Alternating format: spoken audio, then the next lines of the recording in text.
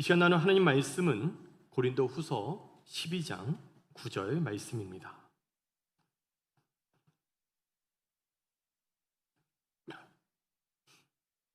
고린도후서 12장 9절입니다. 신약성경 299면입니다. 한 절인데요. 같이 읽도록 하겠습니다. 시작.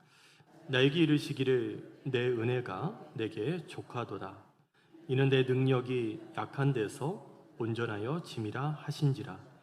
그러므로 도리어 크게 기뻐함으로 나의 여러 약한 것들에 대하여 자랑하리니 이는 그리스도의 능력이 내게 머물게 하려 함이라. 아멘. 바울에게는 육체의 가시가 있었는데요. 눈병이다, 간질이다, 여러 설이 있는데 분명한 건 그 육체의 가시 때문에 일상생활을 영위하기도 쉽지 않았고요. 사역할 때도 꽤 힘들었다는 점입니다. 그래서 바울이 하나님께 기도합니다. 하나님, 고쳐주세요. 하나님, 너무 힘드네요. 하나님, 고쳐주세요. 하나님이 바울의 기도에 거절하세요. 2번, 3번 바울이 기도했는데 번번이 하나님이 거절하십니다. 안 돼. 고쳐줄 수 없어. 왜 바울의 기도를 하나님께서 안 들어주셨을까요? 그 이유가 오늘 본문에 기록되어 있습니다. 우리 다시 한번 읽도록 하겠습니다. 함께 읽습니다. 나에게 이르시기를 내 은혜가 내게 족하도다. 이는 내 능력이 약한 데서 온전하여 짐이라 하신지라.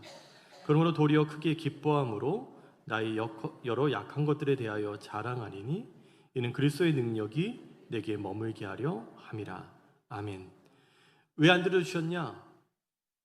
내 은혜가 내게 족하도다. 다른 번역본을 보면 내 은혜가 너에게 충분하다. 하나님 단호하게 말씀하세요. 바울아, 내가 너에게 충분한 은혜를 줬어. 육체의 가시는 너를 위한 거야. 가시마저 없으면 네가 교만해질 수 있거든. 그러니까 육체의 가시는 그냥 안고 살아. 다 너를 위한 거야. 단호하게 말씀하세요. 우리에게도 육체의 가시가 있을 수 있죠. 신앙은 해석인데요. 가시 때문에 힘들고 아플 때도 있지만 때로는 그 가시가 우리를 지켜주는 울타리 역할을 할 때도 있습니다. 정신과 의사인 한혜성 씨가 쓴 사랑하는 내 딸 애썼다라는 책의 한 대목입니다. 저자가 새로 개원을 하면서 이 저자의 권유로 함께 일하게 된 직원이 있는데요. 개원한 지 일주일이 지난 주말에 저자에게 장문의 문자를 보냅니다. 한번 들어보세요. 이 말씀을 원장님과도 나누고 싶어서 늦은 시간에 문자를 보냅니다. 출근 일주일이 지났는데 예상보다 빠르게 지쳐버린 제 약한 체력 때문에 마음이 괴로웠습니다. 그런 와중에 마음으로는 주님, 저는 연약합니다. 저는 넘어집니다. 주님이 필요합니다. 주님만이 완전하십니다. 라고 고백했습니다. 이런 저를 위로하며 주님이 주신 말씀은 제 약함, 이 가시가 제게는 유익이라는 거였어요. 힘이 들어서 이 가시를 없애주시길 기도하지만 이로 인해 제가 주님 없이 혼자서는 살 수 없는 연약한 존재임을 깨닫고 교만하지 않을 수 있습니다. 원장님도 원장님의 가시 때문에 또 개원을 준비하면서 에너지를 많이 써서 힘드시지요. 하지만 이 일을 허락하신 주님께서 우리를 이끌고 계심에 감사합니다. 또 매일 아침을 원장님과 환자들을 위한 기도로 시작할 수 있어 감사합니다. 우리 각자의 자리에서 하나님의 사랑을 전하도록 더욱 힘써 보아요. 우리 존재 파이팅입니다. 이 내용 중에 특히 이런 저를 위로하며 주님이 주신 말씀은 제 약함, 이 가시가 제게는 유익이라는 거였어요. 이 힘이 들어서 이 가시를 없애주시길 기도하지만 이로 인해 제가 주님 없이 혼자서는 살 수 없는 연약한 존재임을 깨닫고 교만하지 않을 수 있습니다.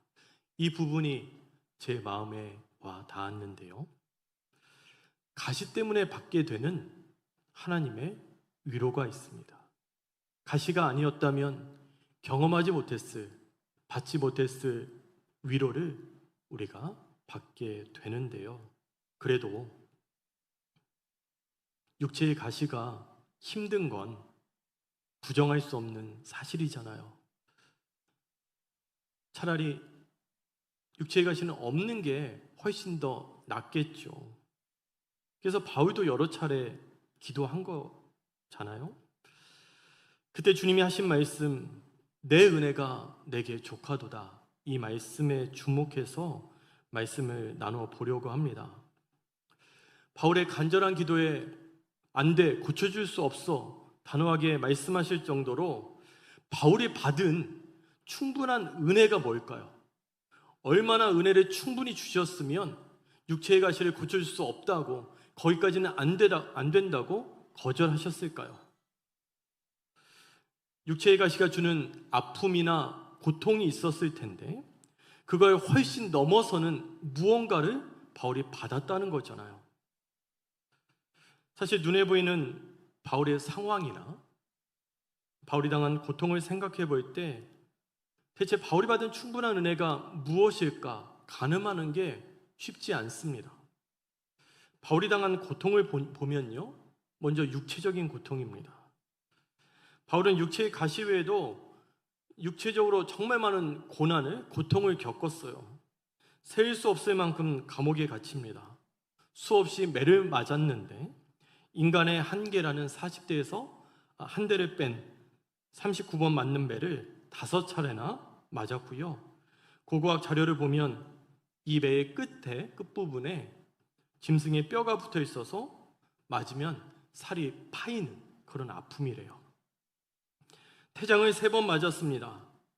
성난 군중에게 죽기 직전까지 돌을 맞았고요. 그 흔적이 바울의 몸에 고스란히 남아있어요. 몸이 흉터 천지입니다. 끝이 아니에요. 배가 파선하는 경험을 3번 했고요. 유대인과 이방인들에게 온갖 피해를 당했습니다. 여기에 어떤 은혜가 있는 거예요?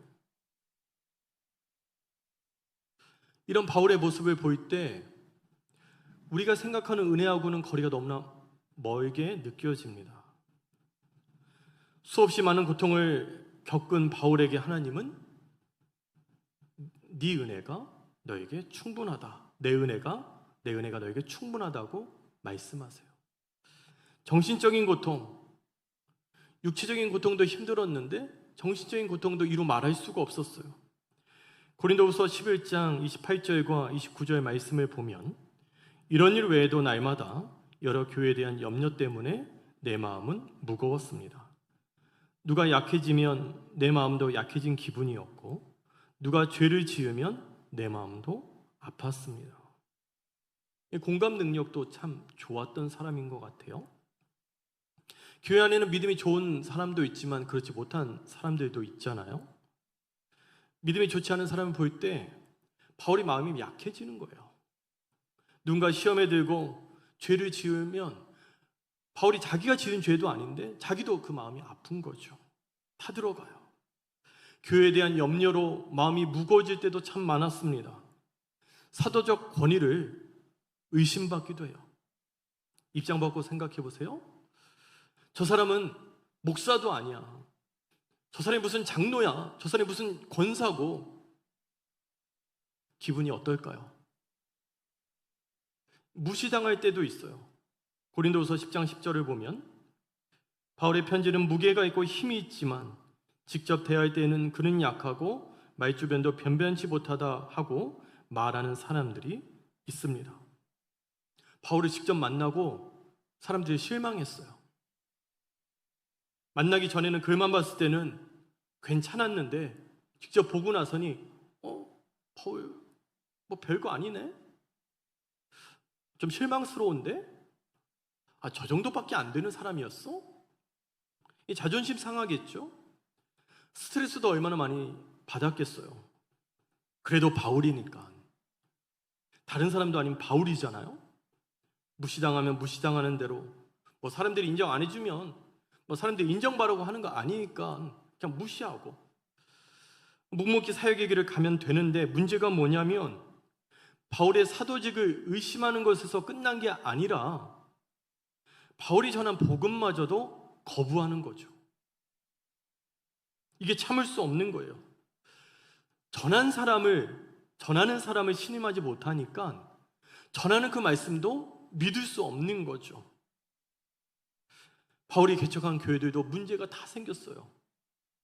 에베소 교회는 말다툼이 생겨서 교회가 깨지기 직전이고요. 고린도 교회는 네 편 내 편 서로 당짓고 있고 근친상간이 일어나고, 네 은사가 크냐 내 은사가 크냐 서로 싸우고 있고 자랑질하고 있고 사랑은 없지. 이런 교회 모든 일들이 바울의 마음을 아프게 합니다. 오죽하면 바울이 이렇게 말했을까요? 날마다 여러 교회에 대한 염려 때문에 내 마음은 무거웠습니다.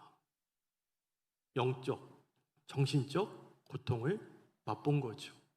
여기에 어떤 충분한 은혜가 있는 건가요? 끝이 아닙니다. 인간관계로 인한 고통, 육적인 고통, 정신적인 고통, 인간관계로 인한 고통. 바울은 자신과 함께 사역했던 몇몇 사람 때문에 많이 아팠어요. 상처를 받습니다. 그래도 내가 바울보다 설교는 잘하는 것 같아, 이러면서 바울을 무시하는 사람도 있었고요. 바울의 외모 갖고 시비 걸고, 아니 못생긴 게 죄는 아니잖아요. 못생겼다고 뭐라고 하는 거예요. 말솜씨가 뛰어나지 않다며 비방합니다. 바울을 처음 본 사람들이 한 말이 아니라 바울과 함께 사역했던 사람들, 바울과 함께 신앙생활을 했던 사람들이 한 말이에요. 얼마나 가슴이 아팠을까요? 어제까지 함께 동역했던 사람들인데 나 없는 자리에서 뒷담화하고 있다고 생각해 보세요. 우리 성도님들은 괜찮으신가요? 함께 교회를 위해 동역했던 대만은 세상을 사랑해서 교회를 떠났고요. 유오디와 순두개는 열심히 주님을 섬기긴 하는데 교회 봉사는 정말 열심히 해요. 근데 만나면 싸우는 거예요. 서로 보기만 하면 으르렁거립니다. 마가의 문제로 바나바의 관계가 깨지고요. 베드로의 위선 문제로 베드로와 충돌이 생기고요. 이런 일들이 다 바울의 마음을 아프게 했어요. 육체적으로 힘들어, 정신적으로 힘들어, 인간관계로 힘들어. 그럼 뭐 이러면 안 힘든 게 뭐예요? 그냥 삶의 고통 자체인 거잖아요. 이런 바울에게 하나님께서 뭐라고 말씀하신 거예요? 내 은혜가 너에게 충분하다. 내 은혜가 너에게 충분하다. 더 기가 막힌 건 고통의 당사자인 바울도 인정한다는 거죠. 맞습니다, 하나님. 하나님의 은혜가 제게 충분합니다. 납득이 안 돼요. 이게 어딜 봐서요? 이게 어딜 봐서, 어떤 부분에 봐서 은혜가 충분한 걸까요? 도무지 바울이 받은 은혜가 뭘까? 가늠할 수가 없어요. 이해하기가 어렵습니다. 그가 받은 충분한 은혜의 정체가 뭔지가 궁금해져요. 바울은 대체 어떤 은혜를 충분히 받은 것인가? 지금껏 말씀드린 것처럼 뭔가 은혜를 많이 받았다고 하기에는 전방위적으로 고통투성이잖아요. 이런 생각이 들더라고요. 이거 혹시 기준이 다른 것은 아닌가? 바울이 충분한 은혜를 받았다고 했는데 아무리 봐도 은혜는 안 보이고 고통만 보이는데 이거 내가 생각하는 것과는 어떤 기준이 다른 것이 아닐까라는 생각이 들더라고요. 일반적으로 은혜를 받았다고 말할 때, 그러니까 예배 시간에 뭐 은혜 받은 것 말고요, 삶 속에서 은혜를 받았다고 말할 때는 무언가 좋은 게 주어지는 거잖아요. 자녀가 취업에 성공했다든가, 좋은 대학에 진학했다든가, 좋은 땅을 헐값에 샀다든지, 병고침을 받았다든지, 뭐 이랬을 때 은혜를 받았다, 하나님께서 은혜를 주셨다라고 고백을 하죠. 근데 오늘 말씀을 곰곰이 살펴볼 때 우리가 생각하는 은혜와 하나님이 말씀하시는 은혜, 그러니까 바울이 경험한 은혜 사이에 뭔가 다름이 있는 것 같아요.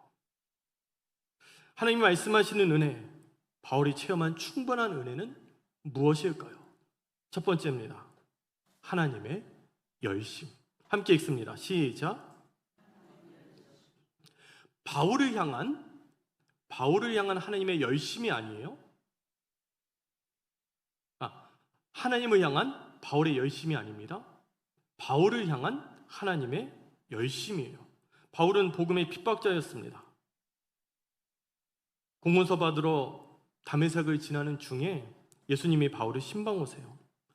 예수님이 바울의 삶에 개입하시니까 바울의 인생이 180도 바뀝니다. 복음의 핍박자가 복음의 전도자가 돼요. 예수님이라는 말만 들어도 치를 떨던 사람이 예수님 없이는 살 수 없는 사람이 되고요. 예수님을 미치도록 싫어하던 사람이 예수님께 미친 사람이 됩니다. 만일 다메섹에서 예수님과의 만남이 없었다면 바울은 어떤 인생을 살았을까요? 바울은 누구보다 열심히 사역했어요. 고린도후서 11장 23절 말씀을 보면 그들이 그리스도의 일꾼입니까? 나를 정신병자로 보겠지만 나는 더욱 그렇습니다. 나는 그들보다 더 많이 수고하였으며 여러 번 갇혔고 매도 수없이 맞았으며 죽을 고비도 여러 번 겪었습니다. 바울이 이 힘든 순간을 어떻게 잘 버티고 견디고 인내할 수 있었을까요? 행간을 읽으라고 하죠. 바울의 열심 이면에 하나님의 열심을 봅니다. 하나님은 구경꾼이 아니세요. 이신론이라고 해서 과학자 하나님입니다. 하나님은 이 세상을 만드셨는데 하나님 만드신 세상은 완벽하겠죠? 만약에 하나님이 시계를 만든다고 생각해 보세요. 그 하나님 만드신 시계가 고장이 날까요? 고장이 안 날까요? 고장이 안 나겠죠?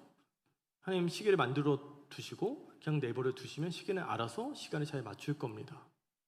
하나님께서 이 세상을 완벽하게 만드셨는데 하나님께서 그 완벽하게 만든 세상을 그냥 내버려 두신다는 거예요. 과학자 하나님은 구경꾼 하나님이라고 이해하시면 됩니다. 하나님께서 우리를 그냥 바라만 보시는 거죠. 우리의 삶에 전혀 개입하지 않으시는 거예요. 근데 하나님은 이런 분이 아니시잖아요. 하나님 우리에게 무언가를 맡기기만 하고 알아서 감당 이렇게 하시는 분이 아니세요. 우리보다 먼저 앞서가시는 분이시고요. 우리 곁에서 늘 우리를 도와주시는 분이십니다. 우리에게 용기 주시고 힘 주시고 넘어지면 일으켜 주시고 힘들면 위로하세요. 우리가 열심히 주님을 섬기는 것 이상으로 주님이 지금도 우리를 열심히 섬겨주고 계십니다. 주님의 이 열심이 있기 때문에 우리가 믿음의 자리를 떠나지 않고 이 자리를 지킬 수 있는 거죠. 고린도전서 10장 13절을 보면요, 우리 함께 읽도록 하겠습니다. 시작.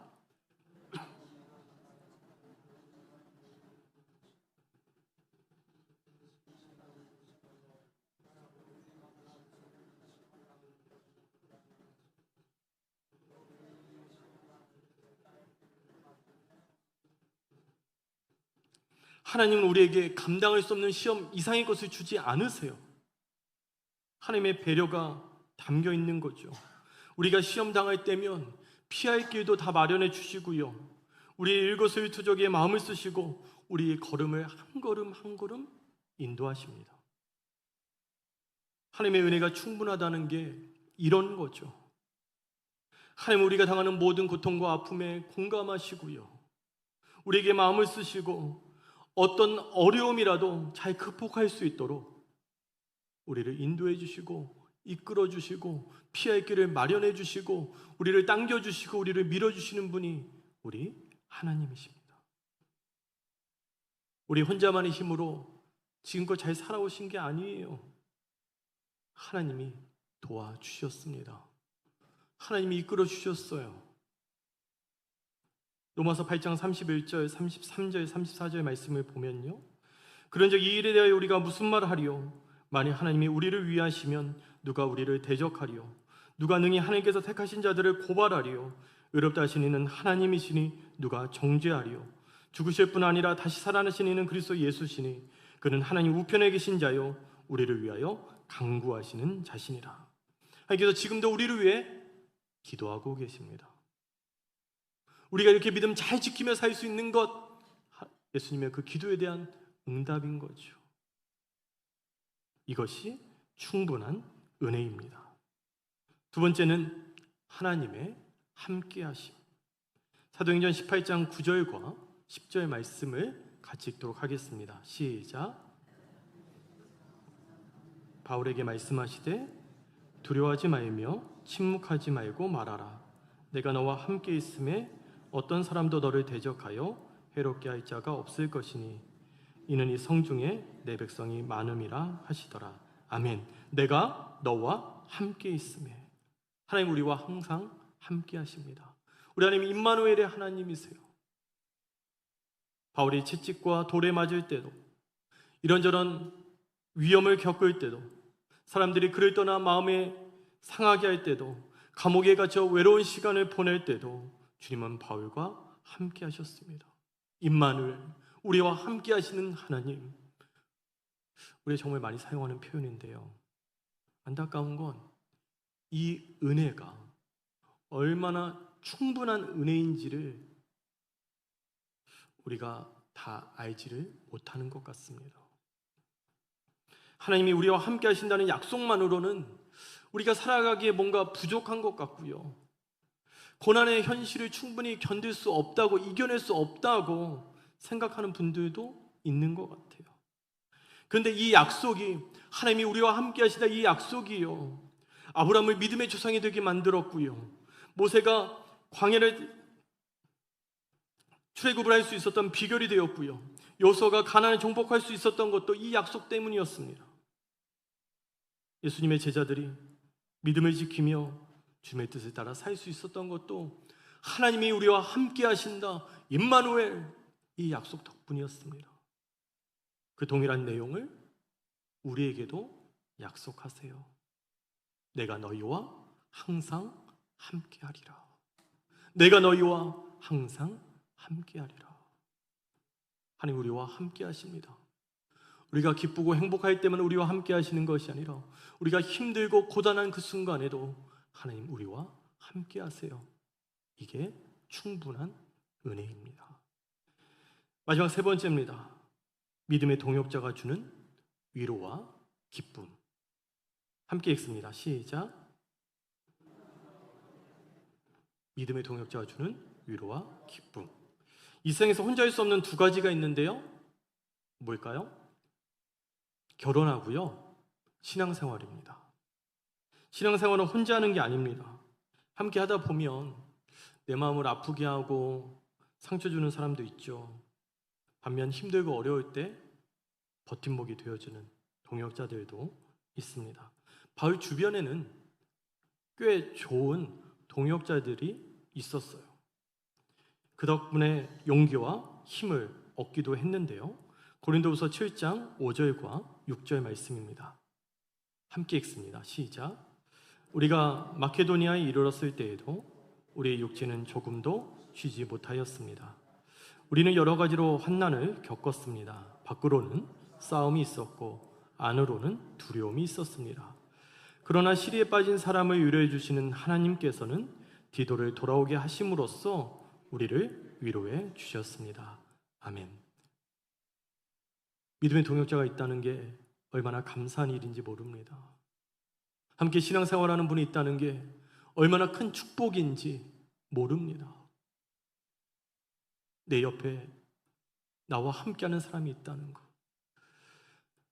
내 곁에서 예수 그리스도를 동일하게 바라보며 함께 걸어가는 사람들이 있다는 것, 이게 우리에게 얼마나 큰 힘과 위로가 되는지 모릅니다. 나를 위해서 기도해 주는 사람이 있고, 나와 함께 예배드리는 사람이 있고, 나와 함께 봉사하는 사람이 있고, 나 혼자서는 할 수 없었던 일이지만 함께 해주는 누군가가 있기 때문에 우리가 때로는 넉넉히 감당할 수 있는 거죠. 하나님께서는 힘든 시간을 보내고 있는 성도들에게 믿음의 동역자를 보내주세요. 그래서 그들을 통해서 위로하십니다. 지난 우리 삶을 돌아보세요. 사람 때문에 힘들 때도 많았지만 우리가 힘들고 어려울 때 사람 때문에 위로받은 적도 많잖아요. 하나님은 믿음의 동역자를 통해 우리를 위로하시고 힘을 주세요. 믿음의 동역자들이 하나님께서 우리에게 베풀어 주시는 충분한 은혜입니다. 말씀 정리합니다. 바울은 하나님께서 베풀어 주신 충분한 은혜로 인해 고난 중에도 기뻐할 수 있었습니다. 나에게 이르시기를 내 은혜가 내게 족하도다. 이는 내 능력이 약한 데서 온전하여 짐이라 하신지라. 그러므로 도리어 크게 기뻐함으로 나의 여러 약한 것들에 대하여 자랑하리니 이는 그리스도의 능력이 내게 머물게 하려 함이라. 아멘. 도리어 크게 기뻐함으로. 바울이 항상 기뻐하라고 말할 수 있었던 것도 이 때문인데요. 무조건 무턱대고 기뻐하라는 게 아니라 상황이 좋을 때만 기뻐하라는 것도 아니고요. 바울은 육체의 가시가 있었습니다. 그래도 하나님이 주시는 충분한 은혜가 있었기 때문에 기뻐할 수 있었습니다. 우리 성도님들은 어떠신가요? 도리어 크게 기뻐함으로 이 기쁨이 여러분 안에 있으신가요? 하나님이 주시는 충분한 은혜를 깨닫고 체험함으로 도리어 크게 기뻐하며 살아가는 우리 모두 되길 소망합니다. 우리 찬양 한 곡 드리고 함께 기도하는 시간을 갖도록 하겠습니다. 주는 완전합니다. 우리 함께 찬양 드립니다.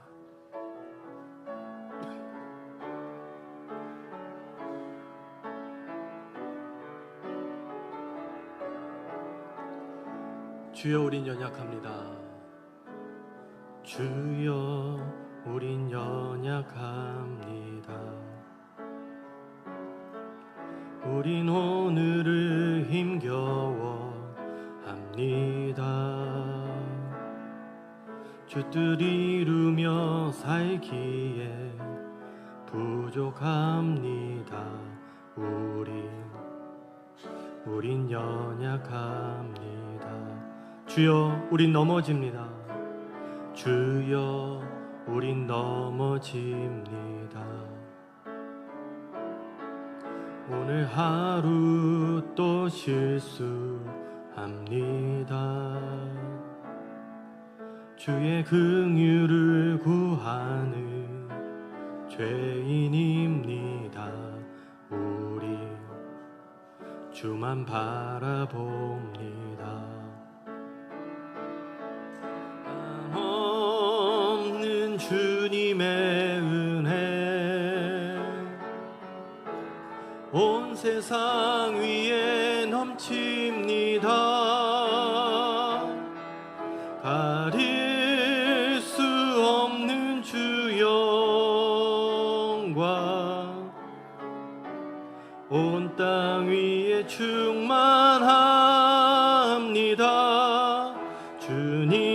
주님만이 길이오니 우린 그 길 따라갑니다. 그날에 우리 이루실 주는 완전함. 우리 한 번 더 찬양합니다. 주여 우린 연약합니다. 주여 우린 연약합니다. 우린 오늘을 힘겨워 합니다. 주 뜻 이루며 살기에 부족합니다. 우린 연약합니다. 주여 우린 넘어집니다. 주여 우린 넘어집니다. 오늘 하루 또 실수합니다. 오늘 하루 또 실수. 주의 긍휼을 구하는 주의 긍휼을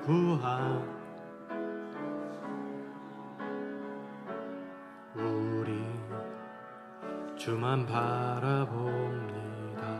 한없는 주님의 은혜 온 세상 위에 넘칩니다. 가릴 수 없는 주 영광 온 땅 위에 충만합니다. 주님만이 길이오니 우린 그 길 따라갑니다. 그날에 우리 이루실 주는 완전한 한없는 주님의 은혜 한없는 주님의 은혜 온 세상 위에 넘칩니다. 가릴 수 없는 주 영광 온 땅 위에 충만합니다. 주님만이 길이오니 우린 그 길 따라갑니다. 그날에 우릴 이루실 주는 완전합니다.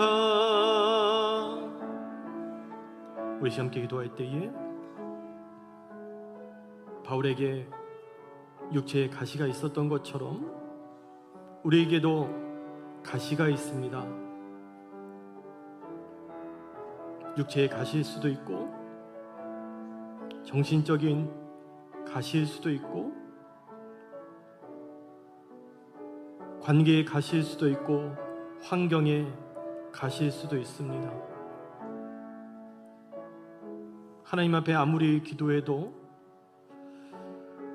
응답해 주시지 않는 그 가시 앞에서 우린 속상하고 좌절할 때도 있지만 하나님은 그 가시를 통하여 바울을 바울답게 만들어 주셨습니다. 그 가시 이상의 충분한 은혜를 베풀어 주셨습니다. 하나님, 우리에게 가시 때문에 아프고 속상할 때가 있지만 그 가시 이상으로 우리에게 베풀어 주신 그 충분한 은혜가 있기 때문에 도리어 크게 기뻐하며 살아가는 우리가 되게 하여 주시옵소서. 우리를 위해서 지금도 쉬지 않고 일하고 계시고 우리와 함께 하시며 믿음의 동역자를 보내주시는 하나님의 그 충분한 은혜를 날마다 누리며 살게 하여 주시옵소서. 함께 기도하겠습니다. 좋으신 아버지 하나님 감사합니다. 하나님, 도리어 크게 기뻐함으로 여러 가시에도 불구하고 기뻐하며 살아가는 우리가 되기를 원합니다. 하나님, 막연히 무턱대고 기뻐하는 것이 아니라 아버지 하나님, 나를 힘들게 하는 가시가 있지만 아버지 하나님, 이 가시를 넘어가는, 이 가시를 이길 수 있는 하나님이 부으시는 그 충분한 은혜 덕분에 기뻐할 수 있는 우리들이 되기를 원합니다.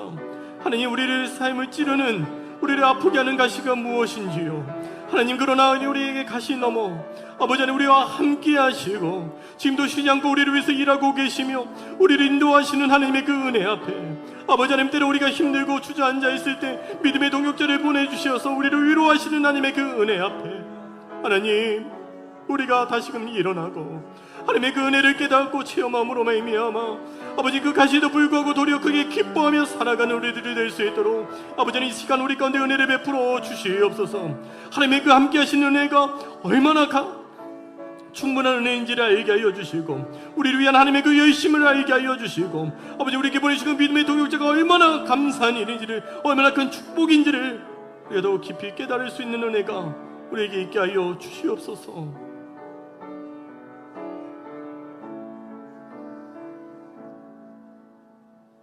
하나님, 바울에게 육체의 가시가 있었던 것처럼 우리에게도 인생의 가시들이 있습니다. 우리의 마음을 찌르고 우리의 마음을 후벼 파는 가시들이 있습니다.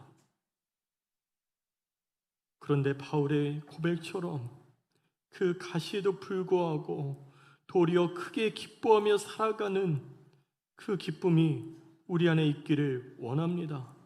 막연히 무턱대고 기뻐하라는 게 아니라, 가시가 분명히 아프지만 가시보다 훨씬 충분한 은혜를 우리에게 주셨기 때문에 그 충분한 은혜 덕분에 기뻐할 수 있기를 원합니다. 우리를 향한 하나님의 열심을 알게 하여 주시옵소서.